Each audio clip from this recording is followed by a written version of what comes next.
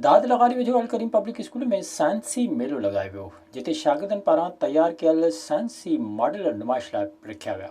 अल करीम public school कींझर में पिताफी में कोठाल साइंसी मेले में मुख़्तलिफ़ क्लासनि जे शागिर्दनि घरेलू इस्तेमाल में ईंदड़ शयुनि मां हिकु अजीब थर्मोकोल शीट बि तयारु कई ऐं उन सां गॾु शागिर्दनि स्क्रेटी सिस्टम ऐं निकाल जे निज़ाम जा मुख़्तलिफ़ मॉडल बि तयारु कया। हिन मौक़े ते शागिर्दनि नादिर अली, वकार हुसैन, गुलाम मुर्तज़ा, शाहिद अली ॿिनि चयो त उन्हनि गुज़िरियल 2 महीननि दौरान महिनत करे इहे शयूं तयारु कयूं आहिनि। शागिर्दनि जो वधीक चवणु हो त उहे ॿियूं बि शयूं काफ़ी तयारु करे सघनि था जंहिंसां हू पंहिंजे इलाइक़े ऐं सिंध जो नालो रोशन करे सघनि था।